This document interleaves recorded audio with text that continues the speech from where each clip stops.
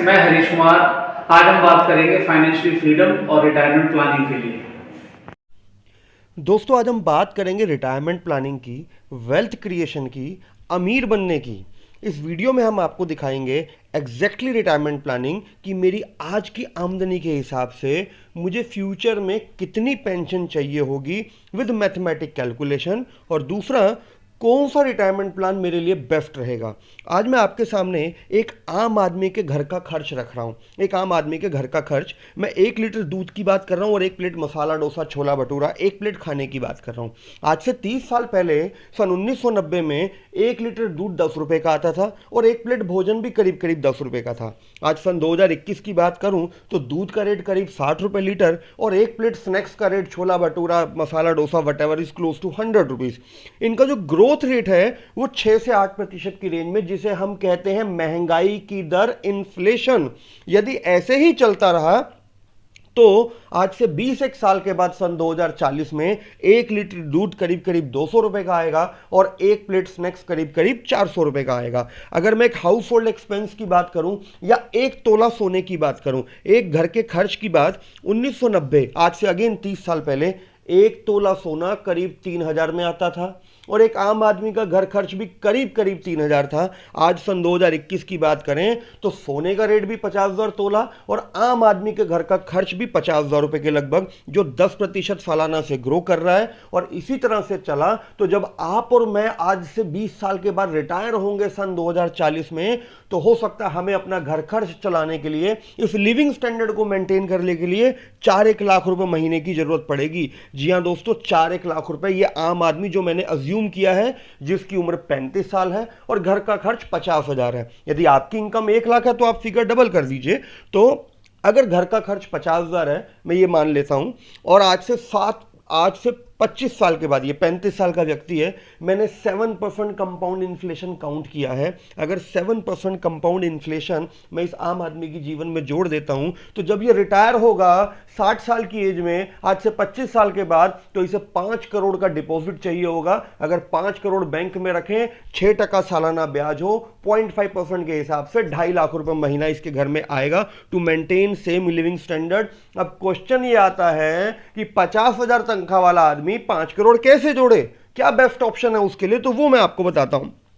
देखो, goal clear हो गया कि 5 करोड़ जोड़ना है। अब मैं मैथमेटिक्स रख रहा हूं आपके सामने। यदि मेरी इन्वेस्टमेंट पे 8% सालाना ब्याज आता है, जो सेफर इंस्ट्रूमेंट इंडिया में देते हैं, तो 55,000 रुपए महीना चाहिए। यदि मेरी इन्वेस्टमेंट पे 12% सालाना ब्याज आता है तो ये टारगेट केवल 30,000 रुपए महीने के निवेश से हो सकता है। और यदि 15% ब्याज आता है तो this can be achieve with 18,000 rupees. 15-20 lakh रुपए का प्लॉट लेके डाल दीजिए। अब क्वेश्चन ये कि 8% से टारगेट अचीव हो नहीं सकता, 50,000 तनख्वाह में 55,000 कैसे बचाएं, और 15% का जहां रिटर्न है वहां पे रिस्क एसोसिएटेड है, पता ना पैसा डूब तो ना जाए।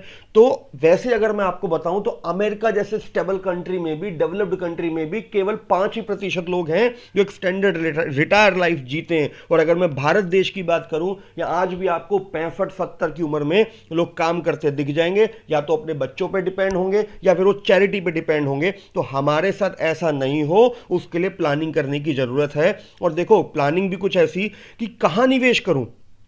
सेफ जगह जाता हूं तो रिटर्न नहीं आते, ग्रोथ ओरिएंटेड इंस्ट्रूमेंट में जाता हूं तो रिस्क ओरिएंटेड है। तो एलआईसी और पीपीएफ की गारंटी के साथ जाऊं, ये शेयर बाजार, म्यूचुअल फंड और प्रॉपर्टी की ग्रोथ और रिस्क के साथ जाऊं, तो इसका जवाब है balance approach, rule based investing. आज मैं आपको रूल बेस्ड इन्वेस्टिंग दिखाने वाला हूं, जिसका पहला नियम है कहीं भी निवेश करें पर शुरुआत जल्दी करें। जो व्यक्ति जितनी जल्दी शुरू कर देगा उसके लिए इस टारगेट को अचीव करना उतना आसान होगा। तो जितनी जल्दी शुरुआत करेंगे उतना बेहतर रहेगा। अब दूसरा निवेश है split up your money into 3 part. पैसे के 3 टुकड़े कर दीजिए।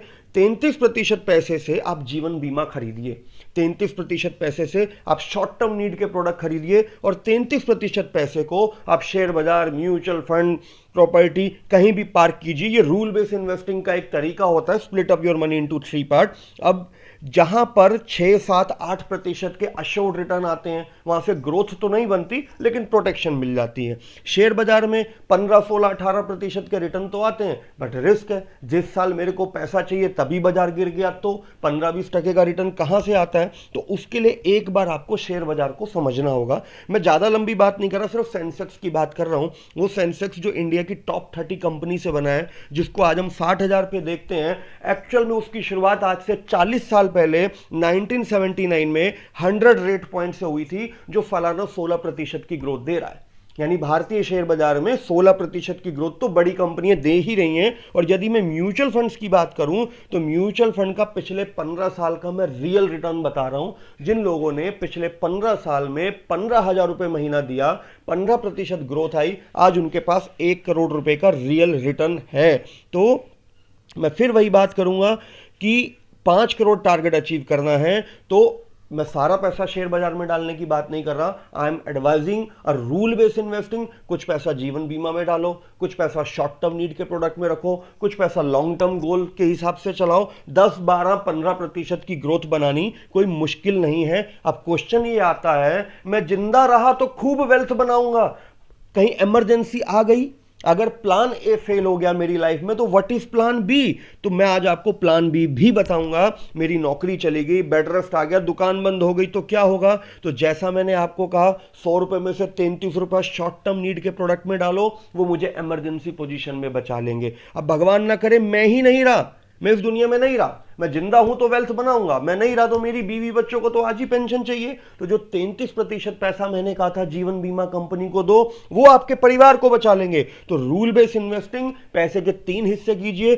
कुछ जीवन बीमा लीजिए, कुछ शॉर्ट टर्म नीड के विदाउट लॉक इन प्रोडक्ट लीजिए, कुछ म्यूचुअल फंड शेयर बाजार लीजिए, एक बैलेंस अप्रोच लेके चलिए। मैंने 5,000 रुपए महीने का फ्यूचर कैलकुलेशन दिखाया है। यदि 5,000 रुपए महीना 8% सालाना से ग्रो करे तो 28 लाख बनता है 20 साल में। यदि 15% से ग्रो करें तो 66 लाख बनता है। अभी आपको आपके 5,000 पे 28 लाख चाहिए कि 66 लाख, वो आपको देखना है। मैं सिंपल इतना जानता हूं, यदि आप वृद्धावस्था में सर उठा के जीना चाहते हैं, अपना गाड़ी बंगला मेंटेन करना चाहते हैं, अपनी दवाइयों का खर्च खुद उठाना चाहते हैं, तो आज आपको प्लानिंग की जरूरत है।